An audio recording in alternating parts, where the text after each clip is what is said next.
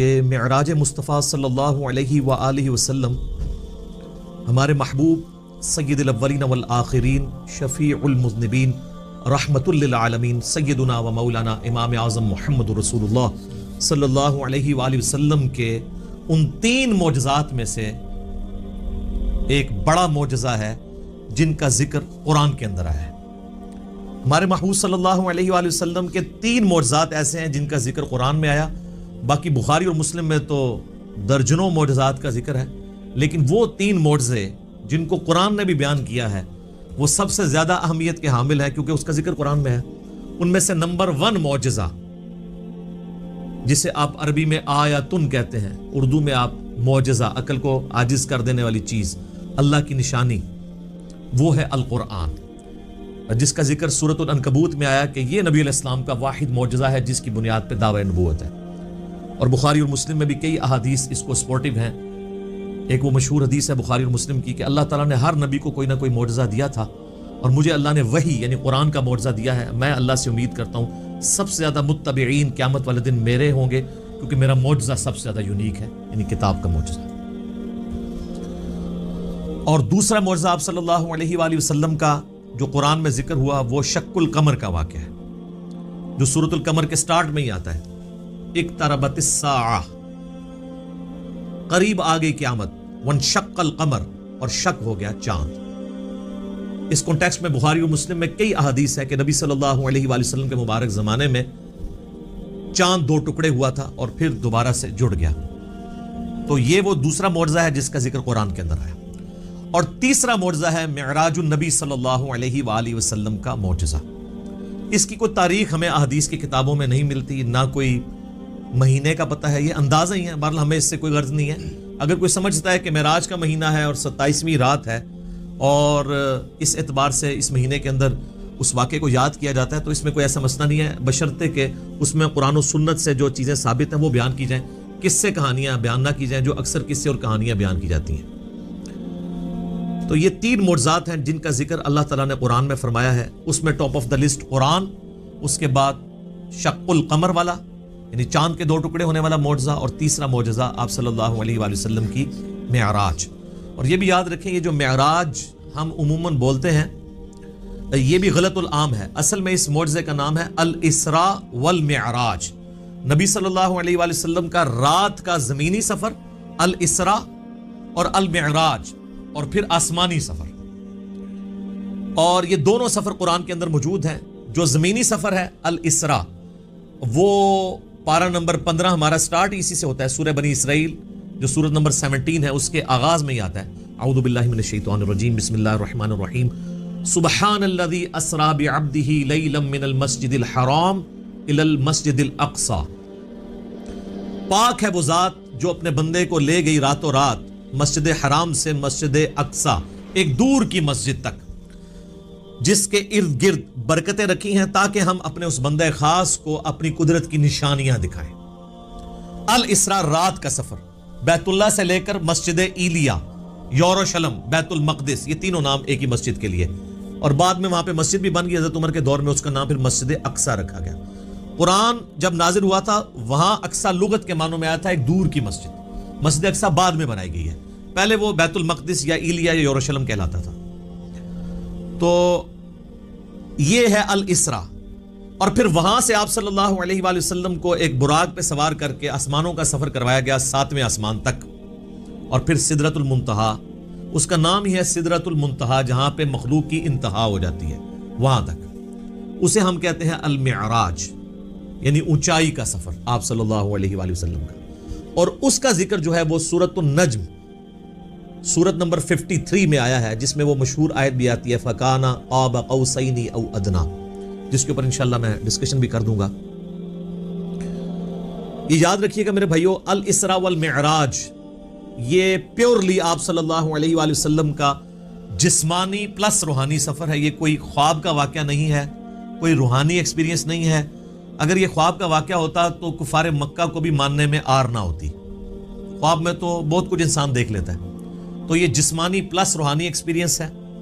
اور اس کے ساتھ یہ بھی یاد رکھنا ہے کہ اس کا موڈ برزخی ہے، یعنی اس کو اس دن کوئی دیکھ کے آبزرو نہیں کر سکتا تھا، الا یہ کہ اللہ نے کوئی ایک خاص منظر کسی کو دکھا دیا، وہ الگ بات. ورنہ یروشلم میں آلموسٹ 1 لاکھ کے قریب انبیاء جمع ہوئے. صحیح مسلم میں آتا ہے، یہاں تک کہ آپ صلی اللہ علیہ وآلہ وسلم نے فرمایا کہ مجھے جبرائیل علیہ السلام نے تمام نبیوں کا امام بھی وہاں پر بنایا. میرے بھائی ہمارے شہر میں 1 لاکھ بندہ جمع ہو جائے رات کے وقت تو تھرتھلی پڑ جائے گی، اور اس زمانے کے اندر لیکن کسی نے وہ منظر دیکھا نہیں ہے، وہ ان سین بیریئر تھا. اور بیسیکلی یہ اس لیے کروایا گیا جو سورہ آل عمران میں آیا تھا نا کہ اللہ تعالیٰ نے انبیاء کی ارواح سے عہد لیا تھا کہ اگر میں تمہیں حکمت دوں، نبوت دوں، اور پھر میرا کوئی پیغمبر تم میں آ جائے تو تم نے اس پیغمبر کی تصدیق کرنی ہے، جس طرح کہ یحییٰ علیہ السلام نے حضرت عیسیٰ علیہ السلام کی. اور نبی صلی اللہ علیہ وآلہ وسلم کی تصدیق تو سب انبیاء نے کرنی تھی، تو وہ اللہ تعالیٰ نے فزیکلی انبیاء کرام کو جو ہے وہ برزخی طور پہ وہاں پہ جمع کر کے اور آپ صلی اللہ علیہ وآلہ وسلم کے پیچھے نماز پڑھوا کے آپ کی امامت کا اعلان کروایا کہ آپ امام الانبیاء ہیں صلی اللہ علیہ وآلہ وسلم، تاکہ سورہ آل عمران کا وہ والا وعدہ پورا ہو. اور بڑا سٹرکٹ وعدہ ہے، اس میں یہاں تک الفاظ ہیں کہ مجھ سے یہ عہد کرو کہ جب میرے پیغمبر آئیں گے تم ان پر ایمان بھی لاؤ گے، ان کی مدد بھی کرو گے، اور میرے ساتھ یہ بھاری ذمہ اٹھاؤ، میں بھی تمہارے ساتھ گواہوں میں شامل ہوتا ہوں، اور اب بھی اگر کسی نے اس عہد کو توڑا تو وہ فاسقوں میں شمار ہوگا. یہ اتنے سخت الفاظ انبیاء کرام علیہ السلام کے بارے میں اللہ تعالیٰ نے ارشاد فرمائے. تو یہ برزخی اس کا موڈ تھا.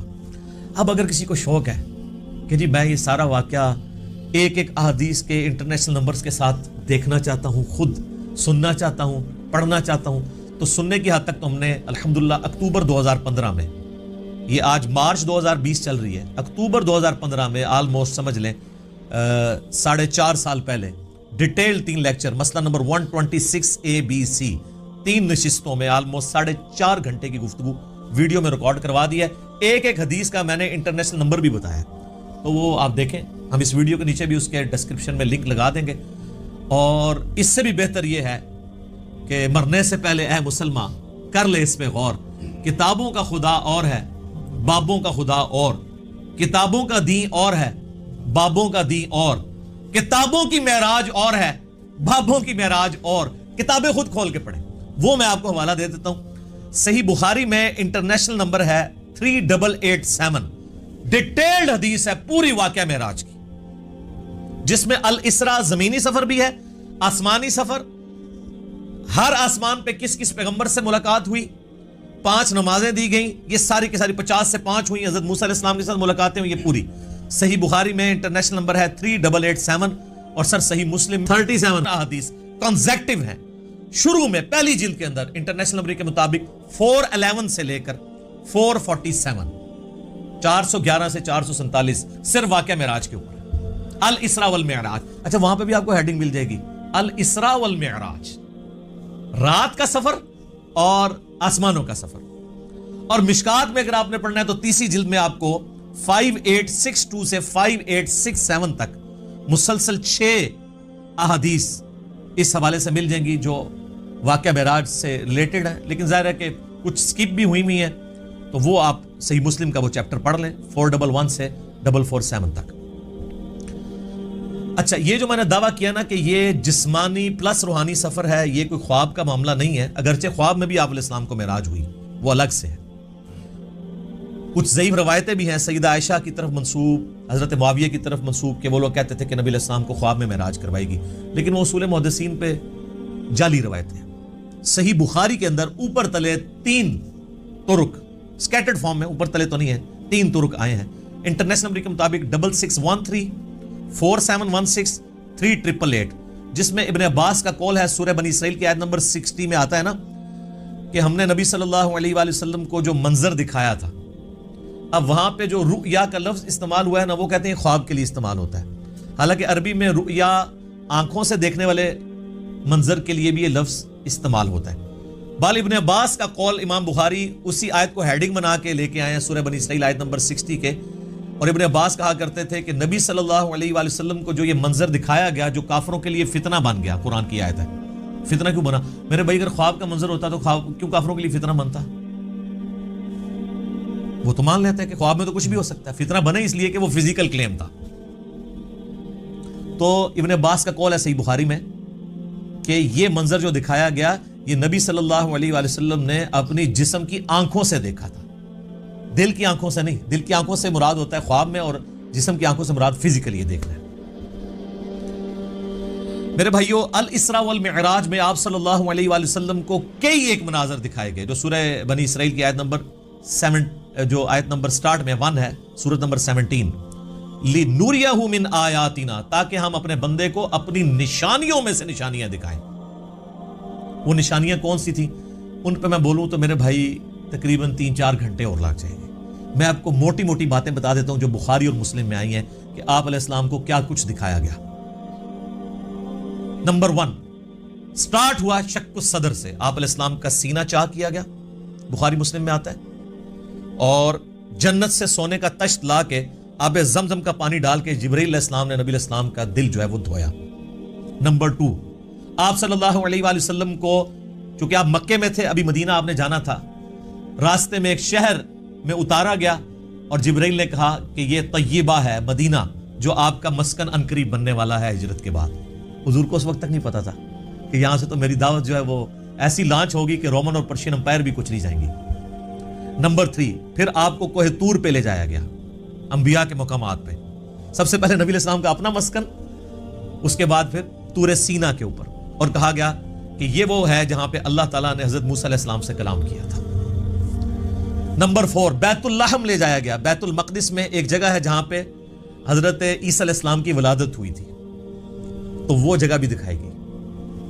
لہٰذا اس سے امام ابن تیمیہ کے اس عقیدے کا رد ہوا کہ انبیاء کی جو بیٹھنے کی جگہ ہیں ان کا وزٹ کرنا یہ نعوذ باللہ کوئی بدعت ہے، نبی علیہ السلام کو تو خود کروائی جا رہی ہے یہ ساری چیزیں، الحمدللہ۔ اور صحیح بخاری میں اوپر تلے 10 احادیث ہیں کہ عبداللہ بن عمر اپنے سفر حج کے دوران ان جگہوں پر نماز پڑھا کرتے تھے جہاں پہ نبی علیہ السلام کے ساتھ جب انہوں نے سفر کیا تھا تو جہاں جہاں اتر کے نماز پڑھی تھی۔ تو اس میں امام بخاری نے باب باندھا ہے کہ نبی علیہ السلام کی جگہوں کو تلاش کر کے وہاں پہ نماز پڑھنا، حتیٰ کہ مسند احمد میں آتا ہے کہ وہ اس جگہ پہ پیشاب بھی کرتے تھے جہاں نبی علیہ السلام نے اپنے سفر حج میں پیشاب کیا تھا۔ بخاری میں الفاظ ہیں نافع کے کہ مسجدیں موجود تھیں راستے میں، مسجد کے پاس نالوں کے قریب جو پتھر تھے وہاں پہ وہ نماز پڑھتے تھے، مسجد میں نہیں پڑھتے تھے، وہ کہتے تھے مسجد تو بعد میں بنی ہے، نبی علیہ السلام نے اس پتھر پہ نماز پڑھی تھی۔ یہ اتباع سنت کا جذبہ تھا۔ تو ظاہر نبی علیہ السلام سے لیا 4 چیزیں ہوگی جی، شق الصدر، مدینہ شریف دکھایا گیا، طور سینا، بیت اللحم، اور اس کے بعد صحیح مسلم میں آتا ہے قبر موسیٰ دکھائی گئی۔ نبی علیہ السلام کہتے ہیں میں نے سرخ ٹیلے کے پاس موسیٰ علیہ السلام کو ان کی قبر میں نماز پڑھتے ہوئے دیکھا، اور اگر میں گزروں میں تمہیں وہ قبر بھی دکھا سکتا ہوں۔ وَقَائِمٌ يُصَلِّي فِي قَبْرِي، وہ کھڑے اپنی قبر میں نماز پڑھ رہے تھے، لیکن یہ معاملہ ہے برزخی، حیات انبیاء کے اوپر یہ ثبوت ہے لیکن برزخی معاملہ۔ اس کے بعد آپ صلی اللہ علیہ وآلہ وسلم کو بیت المقدس میں انبیاء کی امامت کروائی گئی، 1 لاکھ کے قریب پیغمبروں کو جمع کیا گیا، اور جبرائیل علیہ السلام نے کہا کہ آپ ان کی امامت کروائیں، یہ صحیح مسلم میں آتا ہے۔ اچھا، پھر دجال دکھایا گیا، یہ بھی آتا ہے بخاری مسلم میں، دجال بھی دکھایا گیا۔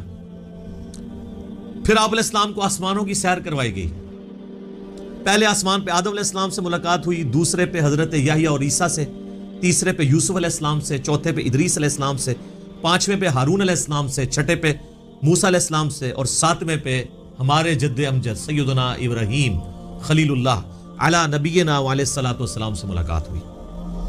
اس کے بعد آپ علیہ السلام کو جنت اور دوزخ بھی دکھائی گئی، ٹائم میں ٹریول کروا کے جو مستقبل کا وقت تھا وہ پہلے دکھا دیا گیا۔ لوگ کہتے ہیں ابھی تو لوگ دوزخ اور جنت میں پہنچے نہیں، تو حضور نے کیا دیکھا؟ بھئی اللہ نے وقت، اور آپ یہ دیکھ لیں یہ سب کچھ منظر کتنے زمانے میں طے ہوا ہوگا، لیکن ایک رات میں سب کچھ ہو گیا۔ صرف بیت المقدس اور خانہ کعبے کے درمیان جو فاصلہ ہے اس زمانے میں 40 دن کی مسافت تھی، وہی نہیں طے ہو سکتی تھی۔ اللہ اکبر۔ اسی لیے تو وہ آتا ہے نا المعجم الکبیر طبرانی کے اندر، اور دلائل النبوہ امام بیہقی کی کتاب کے اندر، اور کئی کتابوں کے اندر، کہ لوگوں نے آ کے حضرت ابوبکر کو کہا نا کہ تمہارا ساتھی تو یہ کہہ رہا ہے کافروں نے چھیڑنے کے لیے، انہوں نے کہا اگر وہ کہہ رہے ہیں تو میں تصدیق کرتا ہوں، تو اسی پر آپ کا لقب صدیق رکھا گیا کہ آپ علیہ السلام کی تصدیق کرنے والے۔ اس کے بعد بیت المعمور دکھایا گیا، بخاری مسلم میں آتا ہے 7ویں آسمان کے اوپر اسی خانہ کعبہ کی سیدھ میں ایک گھر ہے جس کا طواف فرشتے کرتے ہیں، بیت المعمور وہ دکھایا گیا۔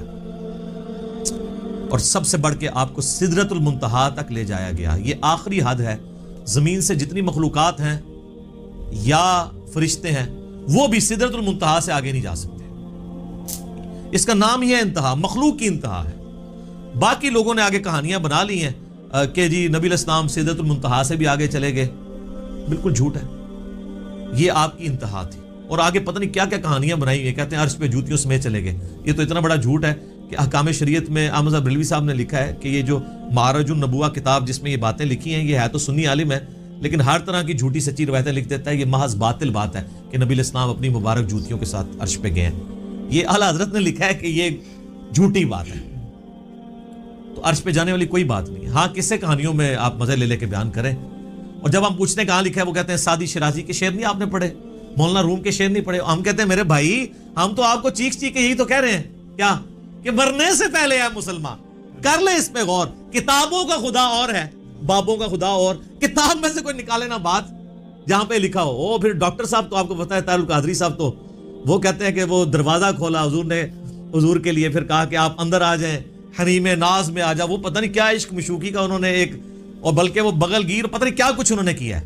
اور طارق جمیل صاحب نے بھی اسی سے ملتی جلتی باتیں کی ہیں. وہ قاب قوسین او ادنیٰ وہ پوری کر کے بتاتے ہیں. انشاءاللہ اینڈ پہ ڈسکس کرتا ہوں. تو میرے بھائی یہ کتابوں کی بات ہو رہی ہے. اور سدرۃ المنتہا ہی پہ اللہ تعالیٰ کی ملاقات ہوئی اپنے محبوب علیہ السلام کے ساتھ. اور سورۃ النجم میں اس کا ذکر ہے. وہاں پہ اللہ تعالیٰ نے وحی بھی کی آپ علیہ السلام کو. صحیح مسلم میں آتا ہے کہ 3 چیزیں آپ کو وہیں پہ عطا ہوئی. نمبر 1 5 نمازیں. وہ ڈیٹیل بخاری مسلم میں آتی ہے کہ 50 تھی، کم ہوتے ہوئے موسیٰ علیہ السلام کے پاس جب وہ آتے تھے نا چھٹے آسمان کے اوپر تو کہتے تھے حضرت زیادہ ہیں کم کروائیں. ایک پھیرے ہی بس اور لگنا تھی، وہ کو نہیں لگیا، ورنہ وہ 5 کام ہوتے 5 تک رہ گئی. پھر اس میں الفاظ ہیں بخاری مسلم میں، اللہ نے کہا کہ میرا قول بھی نہیں بدلے گا، تمہاری امت پڑے گی 5. سورۃ الانعام میں ہے کہ ایک نیکی 10 کے برابر ہے تو میں ان کو ثواب 10 کا ہی دوں گا. ایک کے بدلے 10 کا تو نمازیں 50 کا ہی ثواب ملے گا 5 کے گیز میں. دوسرا تحفہ دیا گیا سورۃ البقرہ کی آخری 2 آیات. صحیح مسلم میں آتا ہے آمن الرسول بما انزل الیہ من ربہ والمؤمنون. سر یہ 2 آیات وہ ہیں جو اس دنیا میں نازل نہیں ہوئی ہیں، آسمانوں پہ نازل ہوئی ہیں. آسمان سے آسمانوں پہ نبی علیہ السلام کے مبارک سینے پہ. اور صحیح مسلم میں آتا ہے کہ تیسری چیز جو آپ کو دی گئی کہ آپ کا جو کوئی امتی شرک نہیں کرے گا نا میں اسے معاف کر دوں گا. تو اس کو تو سپورٹو پھر قرآن میں بھی آیت ہے انہ من یشرک باللہ فقد حرم اللہ علیہ الجنہ ومأواہ النار وما للظالمین من انصار. بے شک جو کوئی اللہ کے ساتھ شرک کرے گا اللہ اس گناہ کو کبھی معاف نہیں کرے گا، اس پہ جنت حرام ہے، اس کا ٹھکانہ دوزخ ہے اور وہاں اس کا کوئی مددگار نہیں ہوگا. حتیٰ کہ بخاری مسلم کی حدیث ہے کہ اللہ نے ہر نبی کو کوئی نہ کوئی دعا دی تھی، اس نے اس دنیا میں ہی دعا کر لی. حضرت نوح نے دعا کی، اس کی وجہ سے ان کی قوم ہلاک ہوگی. میں نے اپنی دعا چھپا کے رکھی ہے قیامت کے دن کے لیے. میں اس دعا سے اپنی امتیوں کے لیے شفاعت کی دعا کروں گا اور میری دعا سے ہر میرے امتی کو نفع پہنچے گا سوائے اس شخص کے جس نے دنیا میں اللہ کے ساتھ شرک کیا. شرک is the most sensitive issue in the sight of Allah. اللہ اکبر.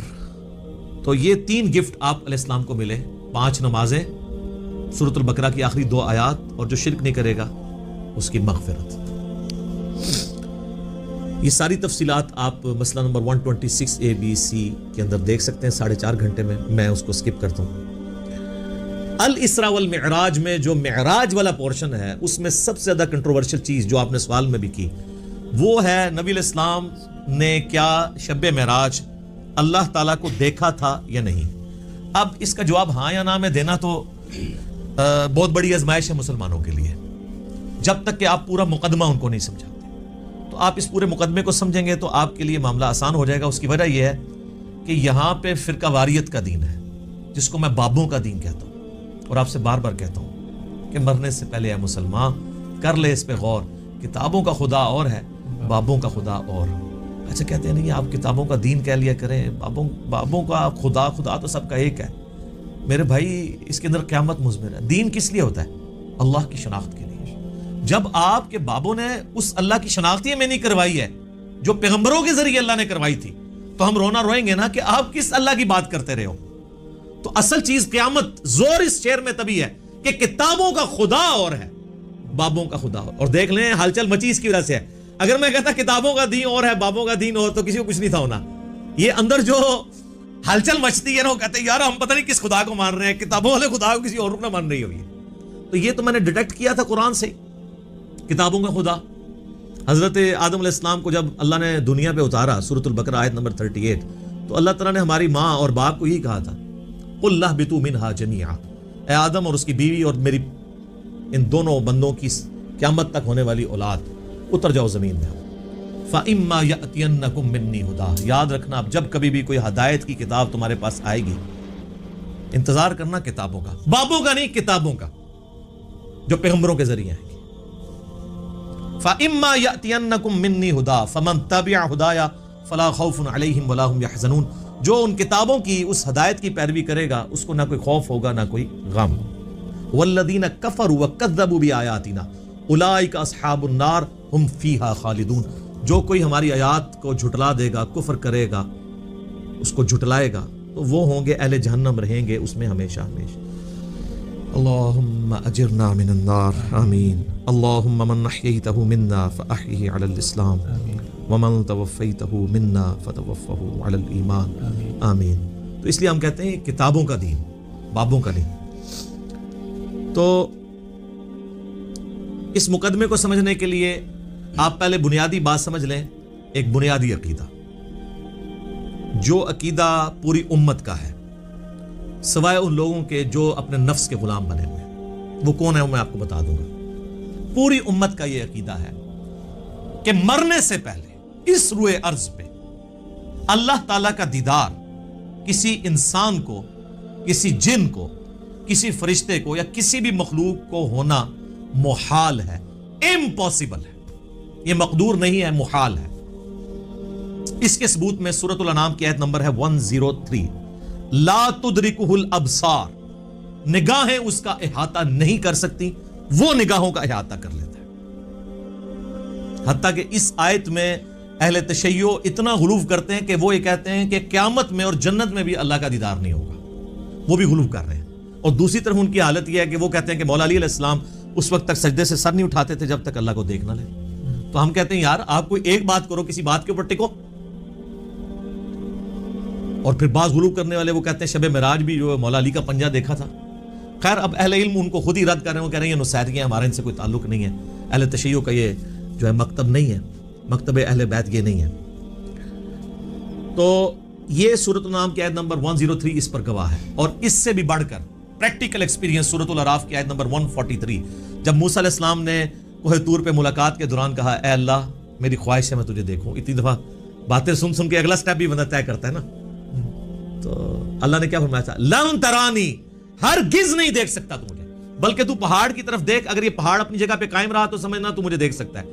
تو قرآن کے الفاظ ہیں پہاڑ پہ اللہ نے صرف تجلی کی تو وہ ریزہ ریزہ ہو گیا، اور موسیٰ علیہ السلام انڈائریکٹ وہ تجلی دیکھنے سے بے ہوش ہو کے گر پڑے۔ اور اس کے بعد ان کا اللہ میں تیرے طرف رجوع لاتا ہوں، اب دوبارہ میں یہ بات نہیں کروں گا۔ تو اگر موسیٰ علیہ السلام کو زیارت نہیں ہو سکتی اللہ تعالیٰ کی اس دنیا میں، تو موسیٰ علیہ السلام سے بڑھ کے تو کوئی بھی نہیں ہو سکتا۔ تو اب اگر موسیٰ علیہ السلام کے سوا کوئی شخص یہ دعویٰ کرے کہ اس نے اللہ کو دیکھا ہے، تو پھر ہم اسے غلام احمد قادیانی کا بھائی کہیں گے نا، جس طرح اس نے جھوٹا دعوے نبوت کیا۔ یہ کم از کم اسے کہنا چاہیے کہ تو جھوٹ بولتا ہے، یا تو پھر یہ کلیم کرتا ہے کہ تو مسلمان ہو کے موسیٰ علیہ السلام سے بڑا مرتبہ رکھتا ہے، حالانکہ موسیٰ علیہ السلام تو اولو العزم پیغمبروں میں سے ہے، جو سورہ شورا کے اندر آیا ہے۔ 5 اولو العزم پیغمبر ہیں، نمبر 1 ہمارے محبوب علیہ السلام، اس کے بعد حضرت ابراہیم علیہ السلام، پھر نوح علیہ السلام، موسیٰ علیہ السلام اور عیسیٰ علیہ السلام۔ تو اولو العزم پیغمبروں سے بھی آگے بڑھ گیا، تو پھر ہم یہی کہیں گے نا۔ سورۃ الحجر کی آیت نمبر 99 آخری آیت میں بھی آیا ہے وَاعْبُدْ رَبَّكَ حَتَّى يَأْتِيَكَ الْيَقِينُ، اپنے رب کی عبادت کرتے جاؤ یہاں تک کہ تمہیں یقین نصیب ہو جائے، تمہیں موت آ جائے۔ تمام نے اس یقین کا ترجمہ موت کیا ہے۔ مرنے سے پہلے یقین نہیں آ سکتا، کیونکہ یقین اس وقت آتا ہے جب آپ فزیکلی دیکھ لیں۔ تو یہی تو آپ کو انعام ہے، ان الذین یخشون ربهم بالغیب لہم مغفرۃ واجر کبیر، جو بغیر دیکھے اپنے رب سے ڈرتے ہیں ان کے لیے ہے مغفرت اور بہت بڑا اجر۔ اور صحیح مسلم میں انٹرنیشنل نمبر کے مطابق 7356 نمبر حدیث ہے دجال کے کانٹیکسٹ میں۔ نبی علیہ السلام فرماتے ہیں کہ یہ دجال آئے گا تو اس کے ماتھے پہ کافر لکھا ہوگا، لیکن وہ کاف فا را یا کاف الف فا را لکھا ہوگا ایبریویشنز میں۔ تو لوگ جو اہل ایمان ہیں، نبی علیہ السلام کہتے ہیں وہ پڑھ لیں گے کہ یہ کافر لکھا ہے، تو ان کو پتہ چلے گا دجال ہے۔ دوسرے لوگ نہیں پڑھ پائیں گے، چاہے مومنین میں بھی منافقین ہوئے، اور وہ ہو سکتا ہے کاف سے کشف پڑھ لیں، الف سے الہام پڑھ لیں، فا سے فیض پڑھ لیں، اور را سے روحانیت پڑھ لیں کہ جی یہ تو بہت بڑے بزرگ ہیں۔ اچھا اس حدیث میں 7356 میں آتا ہے کہ نبی علیہ السلام نے فرمایا کہ وہ خدائی کا دعویٰ کرے گا دجال یاد رکھو تم میں سے کوئی شخص اپنے رب عز و جل کو نہیں دیکھ سکتا یہاں تک کہ اسے موت آ جائے. یہ الفاظ ہے. کیا مطلب؟ کہ مرنے سے پہلے کوئی اللہ کو نہیں دیکھ سکتا, مرنے کے بعد دیکھیں گے انشاءاللہ. تو مرنے سے پہلے آپ نہیں دیکھ سکتے, تو آپ بھی مرنے سے پہلے ہے مسلمان. کر لے اس پہ غور. کتابوں کا خدا اور ہے, بابوں کا خدا اور. اب آپ سوچ رہے ہوں گے بابوں نے کیا کام ڈالا ہوا ہے, تو اے ہوں آگے جو کام کی پایا جو انہوں نے, اے تو تسی کتابوں نے خدا دی تعریف سن لی. بابوں نے کیا کام ڈالا ہے جناب؟ تذکرۃ الاولیاء شیخ فرید الدین عطار المتوفی 627 ہجری کی کتاب ہے جو بریلوی اور دیوبندی دونوں چھاپ رہے ہیں اور کہہ رہے ہیں سارے اولیاء کے حالات زندگی اس میں لکھے ہوئے ہیں. ایسی کوئی کتاب نہیں, اس میں بایزید بستامی کی معراج لکھی ہوئی ہے, المتوفی 261 ہجری. ان کا امام ابو یزید بستامی اور میرا امام ابو الحسین مسلم بن حجاج القشیری المتوفی 261 ہجری, وہ بھی 261 میں فوت ہوئے ہیں, یہ بھی 261 میں فوت ہوئے ہیں. تو آپ لوگوں نے مایوس نہیں ہونا. ان لوگوں کے بارے میں تو مجھے یقین ہے کہ یہ لوگ تو اللہ کے دیدار سے محروم ہوں گے جنہوں نے بد عقیدگیاں پھیلائی ہیں, لیکن آپ لوگ مایوس نہ ہوں. ہر مؤمن کو قیامت کے دن اللہ تعالیٰ کا دیدار ہوگا اور جنت میں بھی دیدار ہوگا انشاءاللہ تعالیٰ. اس پہ درجنوں احادیث بخاری مسلم کی اور قرآن کی آیات بھی گواہ ہیں. اور آپ دیکھیں دنیا میں بھی اللہ نے ایک تھوڑا سا ماڈل رکھا ہوا ہے. نماز مؤمن کی معراج ہے. کیوں کہا جاتا ہے نماز معراج النبی میں تحفہ ملا ہے؟ وہاں سدرۃ المنتہا پہ اللہ اور نبی نے ڈائریکٹ باتیں کی تھیں حجاب کے اندر, وہ میں بعد میں حدیث بتاؤں گا. آپ یہاں دنیا پہ بیٹھ کے اللہ سے باتیں کر سکتے ہیں نماز کی حالت. باقی یہ جو کہانی مشہور ہے نا کہ یہ معراج النبی کی گفتگو ہے اللہ کی اور نبی علیہ السلام کی التحیات للہ والصلوات والطیبات, یہ بالکل کہانی ہے, یہ کسی حدیث میں نہیں آئی ہے. بخاری مسلم میں تو واضح آیا ہے. صحابہ کرام کہتے ہیں رسول اللہ صلی اللہ علیہ وآلہ وسلم نماز کا تشہد ہمیں قرآن کی طرح سکھاتے تھے. ابن مسعود کہتے ہیں کہ میرے ہاتھ کو نبی علیہ السلام نے اپنے دونوں مبارک ہاتھوں میں لے کے مجھے یہ سکھایا تھا التحیات للہ والصلوات والطیبات. تو یہ نبی علیہ السلام نے سکھایا ہوا ہے, اس کا معراج کے ساتھ کوئی تعلق نہیں ہے. یہ کہانی ہے جو آپ بچپن سے سارے سنتے ہیں. جی نبی علیہ السلام نے کہا التحیات للہ والصلوات والطیبات, اللہ نے کہا السلام علیکہ ایھا النبی ورحمۃ اللہ وبرکاتہ, تو نبی علیہ السلام نے نعوذ باللہ پھر کریکشن کی اور کہا السلام علینا وعلی عباد اللہ الصالحین, اور پھر فرشتوں نے کہا اشہد ان لا الہ الا اللہ واشہد ان محمدا عبدہ ورسولہ. ایک کہانی ہے سر, کڈی وڈی کہانی ہے, اور بچپن تو سن رہے ہو. آج تک کسی مولوی کو پوچھا ہے یہ وہ کہانی ہے بریلوی بھی بیان کرتا ہے, دیوبندی بھی بیان کرتا ہے, اہل حدیث بھی بیان کرتا ہے, کسی نے نہیں پوچھا لکھی کہاں ہوئی یہ کہانی ہے. سورۃ القیامہ کی آیت نمبر 22 اور 23 میں آیا ہے, اللہ تعالیٰ نے فرمایا وجوہ یومئذ ناظرہ, اس دن ایسے چہرے ہوں گے جو تر و تازہ ہوں گے, الی ربہا ناظرہ, اپنے رب کی طرف دیکھ رہے ہوں گے. جو تر و تازہ چہرے ہوں گے وہ اپنے رب کی طرف دیکھ رہے ہوں گے. اچھا بعض لوگ کہتے ہیں نہیں وہ یہاں دیکھنے سے مراد ہے کہ وہ رحمت کا انتظار کر رہے ہوں گے, وہ جنہوں نے نہیں ماننا. تو یہ جو سورۃ الفجر کی آیت ہے وجاء ربک والملک صفا صفا, قیامت والے دن اللہ اور فرشتے قطار در قطار اس دنیا پہ اتریں گے, کیونکہ میدان محشر اس دنیا میں عدالت لگنی ہے. تو جیسا اللہ کی شان کے لائق ہے وہ زمین پہ اترے گا.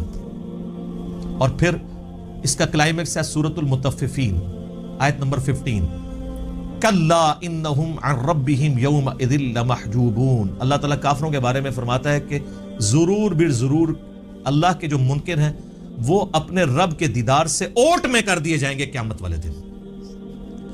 اچھا اللہ کے دیدار سے اوٹ میں کر دیے جائیں گے کافر, تو اس کے اندر کیا امپلائیڈ ہے کہ اہل ایمان حجاب اٹھا دیا جائے گا, کیونکہ اللہ کے آگے تو کوئی حجاب نہیں آ رہا نا, اللہ کے سامنے تو کوئی چیز چھپی نہیں ہوئی ہے. یہ بندے اور اللہ کے درمیان حجاب ہے, کافر کے درمیان آ جائے گا, مومن کا اٹھ جائے گا. یہ واضح ثبوت ہے.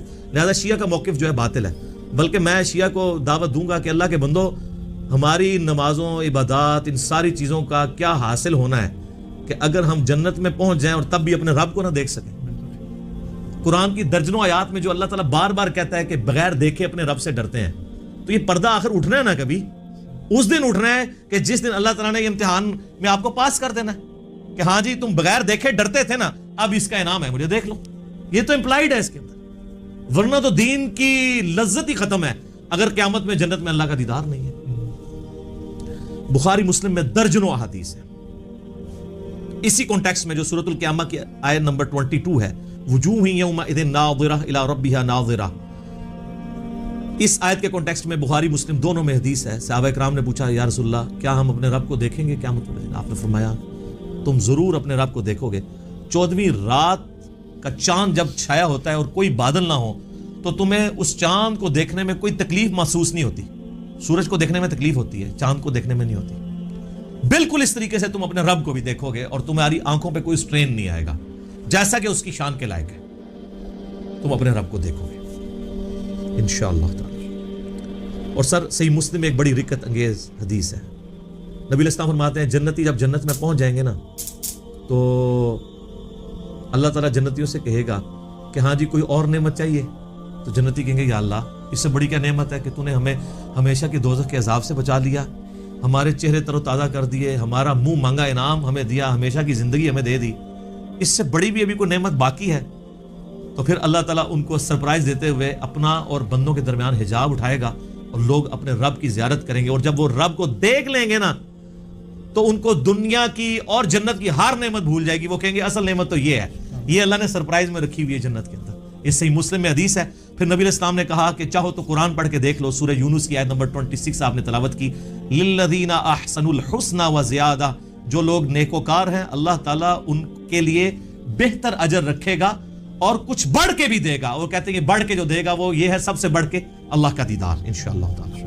اور پھر صحیح مسلم کی وہی حدیث جو دجال والی میں نے بیان کی 7356 کہ تم میں سے کوئی اپنے رب عز و جل کو نہیں دیکھ سکتا یہاں تک کہ وہ مر نہ جائے. تو مرنے کے بعد انشاءاللہ تعالی اللہ کا دیدار ہوگا. اور مرنے سے پہلے اے مسلمان کر لے اس پہ غور, کتابوں کا خدا اور ہے, بابوں کا خدا اور یقین کر جب تو یہ غور کرے گا نا تو تیرے اندر سے آواز نکلے گی کیا کہ نہ میں بابی, نہ میں بابی, نہ میں سو کارڈ بابی, نہ میں بابیاں نہ دفاع کرنے والا بابی, میں ہوں مسلم علمی کتاب انشاءاللہ تعالی.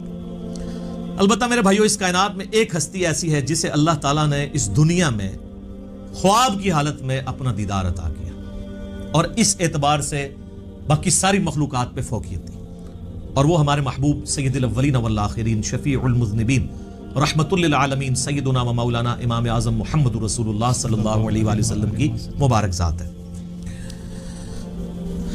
اور یہ تو نبی علیہ السلام کے بارے میں خواب میں زیارت والا معاملہ, یہ تو میں حدیث آپ کو بعد میں بیان کرتا ہوں.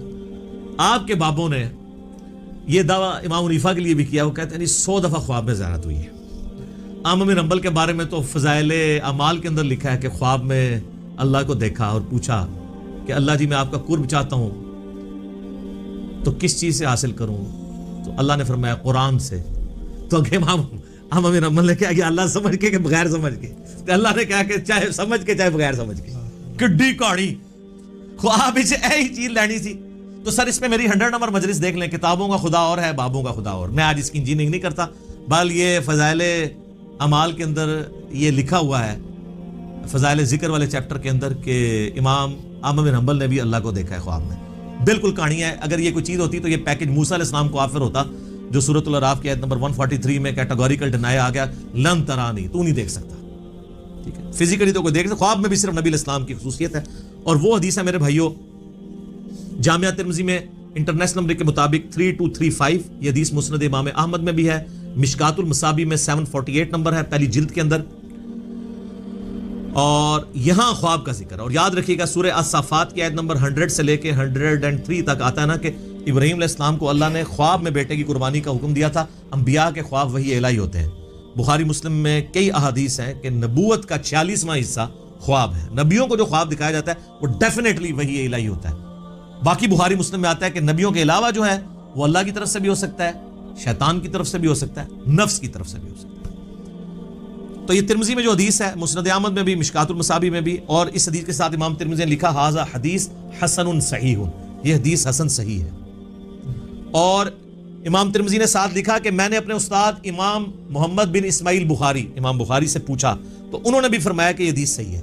اگرچہ بخاری میں نہیں ہے لیکن اس حدیث کو امام بخاری نے بھی صحیح کہا ہے, امام ترمذی نے بھی صحیح کہا, شیخ البانی نے بھی صحیح کہا, شیخ شعیب ارناؤط نے بھی صحیح کہا, شیخ زبیر علی زئی نے بھی صحیح کہا رحمہم اللہ اجمعین. بڑی لمبی حدیث ہے, میں اکثر بیان کرتا ہوں, جس میں نے وہ دعا بھی آپ کو بار بار کہی ہے کہ یاد کرو, اللہم انی اسألک فعل الخیرات و ترک المنکرات. اس میں الفاظ ہیں جو آج کی ضرورت ہے کہ میں نے خواب میں اپنے رب کو بڑی خوبصورت صورت میں دیکھا, اور پھر یہ بھی الفاظ ہیں کہ اللہ تعالیٰ نے میرے دونوں شانوں کے درمیان اپنا ہاتھ مبارک رکھا، اور میں اس کی تشبیہ بھی نہیں دوں گا کیونکہ لیس کمثلہ شیء، اللہ کی مثل کچھ نہیں، حتیٰ کہ میں نے اس کی انگلیوں کے پوروں کی ٹھنڈک اپنے قلب پہ محسوس کی جیسا کہ اس کی شان کے لائق ہے۔ باقی لمبی حدیث ہے، لیکن اس میں سے یہ پورشن میں نے بیان کرنا تھا کہ خواب میں نبی علیہ السلام کو زیارت ہوئی ہے۔ اب یہاں پہ یاد رکھیے گا ایک بہت میں آپ کو کریٹیکل پوائنٹ دینے لگا ہوں، اگر کوئی شخص اللہ ہی کو دیکھ لے تو اب کائنات میں کوئی غیب ایسا رہ گیا جو اس کے لیے اٹریکٹیو ہو، اس سے بڑی تو کوئی چیز نہیں۔ تو پھر قیامت والے دن نبی علیہ السلام کے لیے اللہ نے کیا انعام رکھا ہوا ہے؟ آپ کو تو دنیا میں مل گیا سب کچھ۔ ہمیں تو کہا گیا نا سورۃ الملک آیت نمبر 12 میں، ان الذین یخشون ربهم بالغیب لہم مغفرۃ و اجر کبیر، جو بن دیکھے اپنے رب سے ڈرتے ہیں ان کے لیے مغفرت اور بہت بڑا اجر ہے۔ اور آپ نے سن لیا کہ جنت میں اللہ کا دیدار، قیامت میں اللہ کا دیدار۔ تو نبی علیہ السلام نے اگر دنیا میں ہی اللہ کو دیکھ لیا تو نبی علیہ السلام کے لیے پھر کون سا انعام رہے؟ اس کے اندر امپلائڈ ہے کہ نبی علیہ السلام کے لیے انعام یہ ہے کہ دنیا میں دیکھا ہے خواب کی حالت میں، فزیکل ہی نہیں دیکھا، دل کی آنکھوں سے دیکھا ہے۔ فزیکل دیکھنا ابھی باقی ہے ان کا بھی، وہ حضور کے لیے ابھی بھی غیب کی چیز ہے، تو آپ علیہ السلام کے لیے بھی انعام باقی ہے۔ تو جو لوگ اس دنیا میں حضور کا فزیکل دیکھنا مانگتے ہیں یا شب معراج فزیکل دیکھنا مانگتے ہیں تو ان کے لیے علمی چیلنج ہے کہ پھر بتاؤ کہ نبی علیہ السلام کے لیے قیامت اور جنت میں اور کون سا انعام ہوگا اس سے بڑھ کے، اگر آپ اپنا سب سے بڑا انعام پہلے ہی اویل کر چکے ہیں۔ اور یہ پوائنٹ جس شخصیت نے ہائی لائٹ کیا ہے میں اس کا کریڈٹ اسی کو دیتا ہوں، مولانا اسحاق صاحب رحمہ اللہ تعالی، المتوفی 213 عیسوی مطابق 28 اگست 2013، انہوں نے یہ چیز ہائی لائٹ کی تھی، اور یہ میں نے نہ آج تک کسی کتاب میں پڑھی نہ کسی اسکالر سے سنی۔ اسکالر نے بیچارے نے کیا بیان کرنا ہے، یہ مولانا اسحاق کو کریڈٹ جاتا ہے کہ انہوں نے یہ ایسا علمی، آپ کہتے ہیں وہ جس طرح وہ تاش میں کہتے ہیں نا یکا پھینکنا، کہ بتاؤ کہ اگر حضور نے بھی اللہ تعالیٰ کو فزیکلی دیکھ لیا جو تمہارا کلیم ہے تو حضور علیہ السلام کے لیے تو اب کوئی چیز نہیں رہے گی باقی۔ تو خواب میں ہی دیکھا، فزیکلی نہیں دیکھا، شب معراج بھی دیکھا تو پردے میں دیکھا، فزیکلی نہیں دیکھا۔ وہ انشاءاللہ میں اس کے اوپر ڈسکشن کرتا ہوں آخر میں۔ شب معراج میں صحابہ اکرام علیہم رضوان کی 3 آراء پائی جاتی ہیں دیدار خداوندی عز و جل کے حوالے سے۔ پہلی رائے یہ ہے جو صحیح بخاری اور صحیح مسلم میں سیدنا عبداللہ ابن مسعود رضی اللہ تعالیٰ عنہ سے جب پوچھا گیا کہ یہ جو سورۃ النجم کی آیت نمبر 9 ہے، فَكَانَ قَابَ قَوْسَيْنِ أَوْ أَدْنَىٰ، وہ دونوں اتنے قریب ہوئے کہ 2 کمانوں کے درمیانی فاصلہ بلکہ اس سے بھی کم۔ اور پھر اگلی آیت سورۃ النجم کی آیت نمبر 11، مَا كَذَبَ الْفُؤَادُ وَمَا رَأَىٰ، دل نے جو کچھ دیکھا اس کو جھٹلایا نہیں ہے۔ اور پھر سورۃ النجم کی ہی 18 نمبر آیت، لَقَدْ رَأَىٰ مِنْ آیَاتِ رَبِّهِ الْكُبْرَىٰ۔ ان 3 آیات کے بارے میں عبداللہ ابن مسعود سے جب پوچھا گیا تو بخاری مسلم کے الفاظ ہیں، انہوں نے کہا کہ یہاں تینوں جگہ پر مراد سیدنا جبرائیل علیہ السلام ہے، جن کو نبی علیہ السلام نے اپنی اصلی حالت میں دیکھا۔ ان کے 600 پر تھے اور سبز رنگ کا لباس انہوں نے پہنا ہوا تھا اور وہ افق پہ چھائے ہوئے تھے۔ دوسری رائے ہے جو صحیح بخاری میں انس ابن مالک کی ہے، انٹرنیشنل نمبر کے مطابق 7517، وہ فکان قاب قوسین او ادنا سے مراد اللہ اور اس کے نبی علیہ السلام کا قرب کہتے ہیں۔ لیکن اس حدیث میں ایک راوی ہیں شریک بن عبداللہ القاضی، سکہ راوی ہیں، لیکن امام مسلم صحیح مسلم میں انٹرنیشنل نمبر کے مطابق 414 نمبر حدیث میں لکھتے ہیں کہ شریک بن عبداللہ جو ہے نا یہ معراج کی حدیثیں بیان کرتے ہوئے الفاظ کو کم زیادہ کرتا ہے۔ ابن حجر اسقلانی بھی کہتے ہیں کہ یہ شریک بن عبداللہ القاضی جو ہے یہ جو روایت بیان کرتا ہے نا یہ اس معراج کا ذکر ہے جو خواب میں ہوئی تھی۔ خواب میں بھی علیحدہ سے معراج ہوئی ہے، ایک فزیکل معراج ہے جس کو ہم ڈسکس کر رہے ہیں۔ اور بعض کہتے ہیں کہ یہ اس کو وہم لگا ہے جو بخاری میں الفاظ ہیں انس ابن مالک کے۔ یہ تمام طرح کی چیزیں یعنی ملتی ہیں۔ بہرحال یہ انس ابن مالک کا اگر موقف ہے، لیکن اس میں بھی دیکھنے کا ذکر نہیں ہے، صرف قرب کا ذکر ہے سدرۃ المنتہا کے موقع پر۔ تو کوئی حرج نہیں ہے اگر کوئی قرب کی بات کرتا ہے، دیکھنے کا پھر بھی یہاں پہ ذکر کوئی نہیں ہے۔ اچھا، انس ابن مالک رضی اللہ تعالیٰ عنہ کے اس عقیدے کو سپورٹیو ابن عباس کی رائے ہے صحیح مسلم میں 437 نمبر حدیث میں۔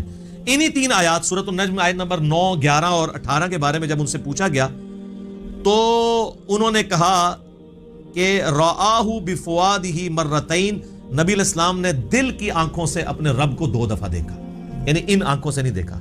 اور ابن عباس وہی ہیں جن کے بارے میں صحیح بخاری میں ہم پہلے سن چکے. وہ کہتے ہیں کہ واقعہ معراج جو ہے یہ آنکھوں کا ایکسپیرینس ہے, لہذا وہ آنکھوں کا ایکسپیرینس ماننے کے باوجود دل سے دیدار کی بات کر رہے ہیں, تو دل سے دیدار خواب کی حالت میں ہے, یہ اس کی بات کر رہے ہیں. واقعہ معراج والی میں بھی اگر کریں گے تو دل سے دیکھنے سے مراد کیا ہے, پھر وہ اس کو سپورٹنگ اگلی حدیثیں آئیں گی سیدنا ابو ذر غفاری والی. لیکن یہاں پہ میں ایک حدیث بتاؤں, جامعہ ترمذی میں بھی مشکات میں بھی ہے کہ ابن عباس نے کہا لقد را محمد ربہ, بے شک محمد نے اپنے رب کو دیکھا. تو اکرمہ نے کہا کہ حضرت سورۃ الانعام کی آیت نمبر 103 ہے, لا تدرکہ الابصار, اللہ کو تو آنکھیں دیکھ نہیں سکتی, تو آپ ہمیں کہہ رہے ہیں کہ نبی علیہ السلام نے اللہ کو دیکھا. تو فرمایا کہ یہ اس وقت ہے جب اللہ تعالیٰ اپنے نور کے ساتھ تجلی فرمائے. یہاں دیکھنے سے مراد دل سے دیکھنا ہے, تو وہ تو دل سے دیکھنا خواب میں دیکھنا جو ترمذی سے بیان کر دیا. تو ابن عباس بھی یہ مانتے ہیں کہ اللہ تعالیٰ کی جو نورانی تجلی, جو اللہ تعالیٰ کی ذات ہے, اس کو نبی علیہ السلام نے نہیں دیکھا. بعض لوگ ان حدیثوں سے سہارا لیتے ہیں لیکن اس کی ایکسپلینیشن اسی میں موجود ہے.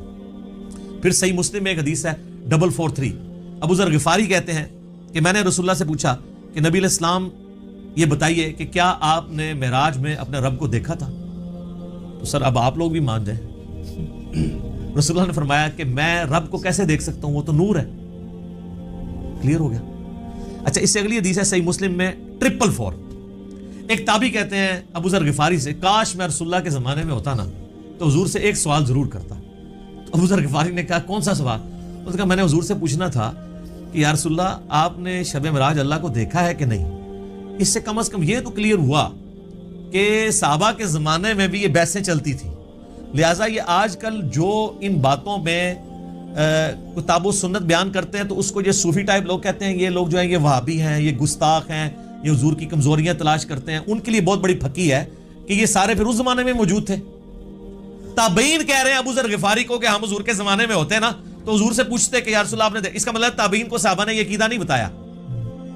Point to be noted. تو ابو ذر غفاری نے کہا او بچے تو نے کیا پوچھنا ہے, میں خود پوچھ چکا ہوں حضور سے. اچھا, تو وہ کہتے ہیں میں نے جب رسول اللہ سے پوچھا تھا تو آپ علیہ السلام نے فرمایا کہ میں نے شب معراج ایک نور دیکھا تھا. یہ نہیں کہا, سوال ہو رہا ہے کہ کیا آپ نے اللہ کو دیکھا تھا, تو جواب میں ہونا چاہیے تھا ہاں میں نے اللہ کو دیکھا. جواب کیا دیا؟ میں نے ایک نور کو دیکھا تھا. ابو ذر غفاری کہہ رہے ہیں کہ حضور نے مجھے یہ جواب دیا.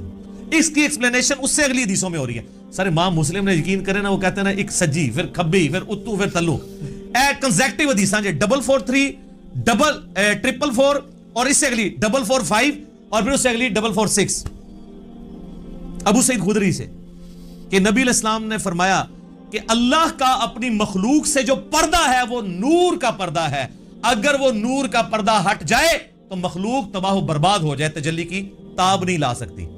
تو وہ جو آیا مسلم میں کہ میں نے نور دیکھا تھا, تو وہ کیا تھا؟ اللہ اور محمد رسول اللہ کے درمیان وہ پردہ تھا, کیونکہ اگلی حدیثوں میں آتا ہے کہ نور وہ پردہ ہے, ورنہ تو کہتے ہیں میں نے اللہ کا نور دیکھا. کہا میں نے ایک نور دیکھا تھا. اور 443 میں کیا ہے کہ میں اسے کیسے دیکھ سکتا ہوں, وہ تو نور ہے. اس کا اپنا نور نہیں دیکھا, پردے والا نور دیکھا, وہ ہٹ جائے تو مخلوق تباہ و برباد ہو جائے. بالکل کلیئر کٹ ہے. اچھا, یہ تو ہوگی وہ والی دوسری والی رائے اور اس کی ایکسپلینیشن. اب اینڈ پہ میں آپ کو اپنی اماں کی رائے بتاتا ہوں جو آپ کو ہضم نہیں ہونی کبھی بھی.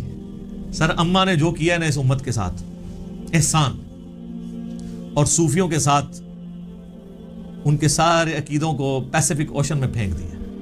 بخاری اور مسلم دونوں میں حدیث ہے.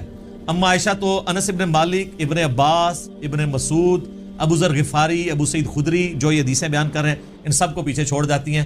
یہ آیات میں تو صحابہ کی آراء ہے نا, اور اما خود کہہ رہی ہیں کہ ان آیتوں کے بارے میں وہ پہلی امتی ہوں جنہوں نے رسول اللہ سے ڈائریکٹ ان آیات کی تفسیر پوچھی ہوئی ہے. تو اب پیچھے کوئی چیز رہ جاتی ہے؟ تو سر مرنے سے پہلے اے مسلمان کر لے اس پہ غور, کتابوں کا خدا اور ہے, بابوں کا خدا اور. تو سر یہ صحیح بخاری شریف انٹرنیشنل نمبر 4855 اور سر یہ صحیح مسلم شریف انٹرنیشنل نمبر 439 میں اما عائشہ کی ڈیٹیل حدیث ہے. اما عائشہ کے 5 عقیدے میرا ایک کلپ پہلے کا چڑھا ہوا ہے. اس میں اما عائشہ نے جو عقائد بیان کیے ہیں وہ متقاضی ہے کہ میں ورڈ بائی ورڈ وہ حدیث بیان کروں, اور اس کے بعد قلم ٹوٹ جاتا ہے. اس پہ میں اس کو کنکلوڈ کرتا ہوں. صحیح مسلم میں 439 نمبر حدیث. سر یہ مسلم شریف ہے جو پڑھی ہوئی نہیں ہے, پڑھی ہوئی بھی ہے. اس میں 439 نمبر حدیث انٹرنیشنل نمبر کے مطابق ورڈ بائی ورڈ سنیں, اور میں تو پھر اپنے سٹائل میں بیان کروں گا, ٹھیک ہے. تاکہ آپ کو مزہ بھی آئے, آپ اس زمانے میں پہنچ جائیں. مسروق تابعی کہتے ہیں کہ میں تکیہ لگائے ہوئے سیدہ عائشہ کے پاس حجرے میں پردے میں بیٹھا ہوا تھا. اما عائشہ کی عادت تھی کہ وہ اندر ہوتی تھی تو باہر ایک مجلس لگی ہوئی ہوتی تھی, لوگ آ کے سوال آپ سے کرتے تھے, ظاہر امت کی استاد ہیں. تو ایک دن, اچھا اما عائشہ کا بڑا پیار تھا اس مسروق تابعی کے ساتھ, اور یہ بھی اتنا لاڈلا تھا, اس نے اپنی بیٹی کا نام بھی عائشہ رکھا ہوا تھا. یہ بڑا مشہور تابعی ہے, بخاری مسلم میں درجنوں احادیث ہیں ایسے. تو کہتے ہیں کہ ایک دن میں تکیہ لگائے بیٹھا تھا تو اماں نے اندر سے آواز دی اور کہا اے ابو عائشہ. یہ پیار سے بلایا, کنیت. یہ یعنی عرب میں جب کسی کو پیار سے بلانا ہوتا تھا اس کا نام نہیں لیا جاتا تھا, کنیت کے ساتھ بلایا, اے ابو عائشہ. جو بھی 3 باتوں میں سے کسی ایک کا بھی قائل ہوا اس نے اللہ پہ بہت بڑا جھوٹ باندھا. اب سر, نبی کی بیوی, امت کی ماں, ایک اپنے سٹوڈنٹ کو دین سکھا رہی ہیں, پوچھنے پہ نہیں خود سے بتا رہی ہے کہ میرے پاس بنیادی عقائد ہیں, تم لے لو. اب وہ مسروق تابعی کہتے ہیں میں تکیہ لگا کے بیٹھا ہوا تھا تو میں سیدھا ہو گیا کہ کون سی 3 باتیں ہیں جو اللہ کے اوپر کوئی باندھ دے تو وہ جھوٹا ہے, کہیں میرے اندر نہ پائی جاتی. آپ پہ تو فرق نہیں پڑتا, آپ کے آگے سے قرآن گزر جائے, بخاری گزر جائے, مسلم گزر جائے, کیوں؟ وہ بابوں کے دین کے اوپر ہیں. تو اس لیے ہم آپ سے ریکویسٹ کرتے ہیں کہ مرنے سے پہلے اے مسلمان کر لے اس پہ غور. کتابوں کا خدا اور ہے, بابوں کا خدا اور جب تو غور کرے گا تیرے اندر سے آواز اٹھے گی, کیا کہ نہ میں بابی, نہ میں بابی, میں ہوں مسلم علمی کتابی. تو میں نے کہا کہ وہ 3 باتیں کون سی ہیں؟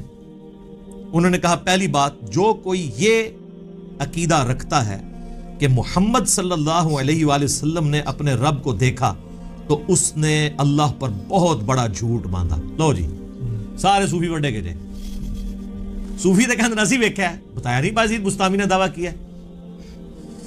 ہوئے ہوئے ہوئے. مسروق کہتے ہیں میں تکیہ لگائے بیٹھا تھا, جیسے ہی میں نے یہ بات سنی میں اٹھ کے بیٹھ گیا. میں نے کہا اے اماں جان ذرا مجھے بھی کچھ عرض کرنے دے اور اپنی بات میں جلدی نہ کریں, یعنی میں بھی کوئی اپنے دلائل سامنے رکھنا وا, تو پہلے ہی چھکا مارا ہے, کیونکہ وہ ان کا خود بھی یہی ہو سکتا ہے عقیدہ ہو. کیا اللہ نے قرآن میں نہیں فرمایا وَلَقَدْ رَآهُ بِالْأُفُقِ الْمُبِينِ؟ وہی آیات سورۃ النجم کی آیت نمبر 9, 11 اور 18 تینوں مسروق نے پڑھی. وَلَقَدْ رَآهُ نَزْلَةً أُخْرَى, یہ تو واضح قرآن میں آیا کہ دیکھا اس نے اس کو. اب قرآن میں یہ تو نہیں آیا کس نے کس کو. تو سیدہ عائشہ نے کہا اس امت میں سب سے پہلے میں نے ان آیتوں کو رسول اللہ سے پوچھا تھا. اب رسول اللہ سے پوچھنے کے بعد بھی اگر کسی نے نہیں یقین کرنا اور بابوں کے دین پہ چلنا اور کتابوں کے دین پہ نہیں چلنا, صحیح مسلم 439 نمبر حدیث پہ نہیں چلنا, اور صحیح بخاری انٹرنیشنل نمبر کے مطابق 4855 حدیث میں, مسلم میں چونکہ ڈیٹیل ہے میں وہ بیان کر رہا ہوں. اچھا جی سن لیں, آپ جو رسول اللہ کو مانتا ہے اس کے لیے میں بیان کر رہا ہوں, جو بابوں کو مانتا ہے اس کے لیے تو میں کچھ نہیں کر سکتا. تو آپ علیہ السلام نے فرمایا کہ ان آیات میں مراد جبرائیل علیہ السلام ہے, یعنی میں نے جبرائیل علیہ السلام کو دیکھا, میں نے ان کو ان کی اصلی صورت پر دیکھا, اور 2 بار ایسا ہوا. ان آیات میں اسی کا ذکر ہے کہ ان کو وہ اس وقت وہ اتر رہے تھے آسمان سے, اور ان کے تن و توش کی بڑائی نے آسمان سے زمین تک روک رکھا تھا, افق پہ پھیلے ہوئے تھے, وہی جو عبداللہ ابن مسعود نے کہا. اب یہ سیدہ عائشہ نے جو یہ حدیث بیان کی ہے نا کہ نبی علیہ السلام سے خود ہی پوچھ لیا تو ان کا جبرائیل ہے, تو اما عائشہ اب مزید علمی دلائل سامنے رکھ رہی ہیں اسی عقیدے پہ. سورۃ الانعام کی آیت نمبر 103 پڑھی, لا تدرکہ الابصار وہو یدرک الابصار, جو ہم پہلے ڈسکس کر چکے ہیں. نگاہیں اس کا احاطہ نہیں کر سکتی, وہ نگاہوں کا احاطہ کر لیتا ہے. اور کہا مسروق تو نے یہ آیت نہیں قرآن کی پڑھی ہوئی, اور کیا تو نے یہ نہیں سنا کہ اللہ فرماتا ہے وما کان لبشر ان یکلمہ اللہ الا وحیا او من وراء حجاب او یرسل رسولا. سورہ شورى کی آیات کہ کسی انسان کی تو یہ اہلیت ہی نہیں ہے کہ اللہ تعالیٰ اس سے کلام کرے سوائے اس کے کہ اس پہ وحی کر دے, یعنی چپکے سے اس کے دل میں بات ڈال دے, یا حجاب میں گفتگو کرے جس طرح کہ سدرۃ المنتہا پہ ہوئی, یا اس کی طرف کوئی رسول بھیجے یعنی جبرائیل علیہ السلام کو پیغمبر. تو حضرت عائشہ نے اپنی دلیل میں رسول اللہ کی بات بھی کی اور قرآن کی آیات بھی کوٹ کی, اور اماں تو سیدھی آیتیں کوٹ کرتی تھی, حدیث بھی کوٹ کی ہے نا, کہ اماں منکرین حدیث میں سے نہیں, پہلے انہوں نے حدیث کوٹ کی ہے, بعد میں قرآن کی آیات کوٹ کی ہے. مسروق دوسری بات یہ ہے کہ جو کوئی خیال کرے کہ رسول اللہ صلی اللہ علیہ وآلہ وسلم نے اللہ کی کتاب میں سے کچھ حصہ چھپا لیا تھا تو اس نے بڑا جھوٹ باندھا. اب ایسی سلسلہ خاص گلا خاص نو میرا پچھلے دن کلپ ریکارڈ ہو گیا, حضرت ویسے کرنی اللہ اور علم لدنی اللہ حضرت خضر علیہ السلام والا وہ دیکھ لو, میں ساری کہانیاں دکھو لیا, تخت بلقیس والا بھی دیکھ لیں, سب کچھ ٹھپے گئے. تو اما عائشہ کہتی ہیں جس نے کہا نا رسول اللہ نے کچھ چھپا لیا تھا, یہ بھی کہتے ہیں خاص باتیں خاص لوگوں کو بتائی تھی, اس نے بھی اللہ پر جھوٹ باندھا. کیا تم نے قرآن میں اللہ کا فرمان نہیں سنا, یا ایھا الرسول بلغ ما انزل الیک من ربک وان لم تفعل فما بلغت رسالتہ, اے رسول اللہ جو آپ کی طرف نازل ہوا ہے اللہ کی طرف سے وہ اپنی امتیوں تک پہنچا دیں, اور اگر آپ نے نہ پہنچایا اس کو تو آپ نے رسالت کا حق نہیں ادا کیا. تو رسول اللہ نے سارا دین سب کو ٹرانسفر کیا. علم لدنی پہ میرا حضرت خضر علیہ السلام والا کلپ دیکھ لیں, میں نے پوری ان کی کہانیاں کھول کھول کے بیان کی ہیں بخاری مسلم سے, وہاں بھی آیت کوٹ کی تھی. اچھا, اور پھر کا مسروق تیسرا عقیدہ یہ ہے کہ جو کوئی کہے کہ رسول اللہ یہ جان لیتے تھے کہ کل کیا ہونے والا ہے, یعنی آئندہ کا حال, علم غیب, تو اس نے بھی اللہ پر جھوٹ باندھا, کیونکہ اللہ تعالیٰ قرآن میں فرماتا ہے قُلْ لَا يَعْلَمُ مَنْ فِي السَّمَاوَاتِ وَالْأَرْضِ الْغَيْبِ إِلَّا اللَّهُ, اے نبی فرما دو آسمانوں اور زمین میں غیب کو کوئی نہیں جانتا سوائے اس کے. ہاں اس کے بتانے سے اگر کوئی غیبی خبر دے وہ الگ معاملہ ہے, لیکن مطلقاً علم الغیب اس کے ساتھ خاص ہے, عالم الغیب وہ ہے. اماں نے جناب تینوں عقیدے کلیئر کرتے, اور یہ بھی کہا کہ رسول اللہ صلی اللہ علیہ وآلہ وسلم سے میں نے خود تصدیق کی ہے, اور پھر قرآن کی آیات بھی کوٹ کی. تو ہم تو یہی کر سکتے تھے کہ کھول کھول کے چیزیں بیان کر دیتے. میرے خیال ہے اس کے بعد کوئی گنجائش نہیں رہی ہے. میں نے اس پہلے سوال کو تفصیلاً اس لیے بیان کیا تاکہ کسی کے ذہن میں اگر کوئی وسوسہ ہے تو وہ کلیئر ہو جائے, کیونکہ یہ رجب المرجب کا آخری عشرہ ہے, معراج کے اوپر باتیں ہو رہی ہیں. انشاءاللہ ہماری یہ ویڈیو اپلوڈ ہوگی, اور اب میں کیا کروں میرے بھائی, اتنے میں فی البدی حوالے اس میں دے دیتا ہوں کہ اس کے اوپر پھر ہمیں ریفرنسز لگاتے ہوئے ڈزنز آف ورکنگ آور چاہیے ہوتے ہیں. تو بال میں نے اوورال آپ کو ایک پورا جہاں پہ کریٹیکل نمبرز سے وہ بتا دیے, اور حوالے ہم اس میں نہ بھی لگائیں, آپ خود ان حوالوں تک پہنچ جائیں گے. اللہ تعالیٰ سے دعا ہے کہ ہمیں معراج مصطفیٰ صلی اللہ علیہ وآلہ وسلم کے بارے میں صحیح عقیدہ رکھنے کی توفیق عطا فرمائے, اور کتاب و سنت والا عقیدہ رکھنے کی توفیق عطا فرمائے. آمین ثم آمین. ٹھیک ہے.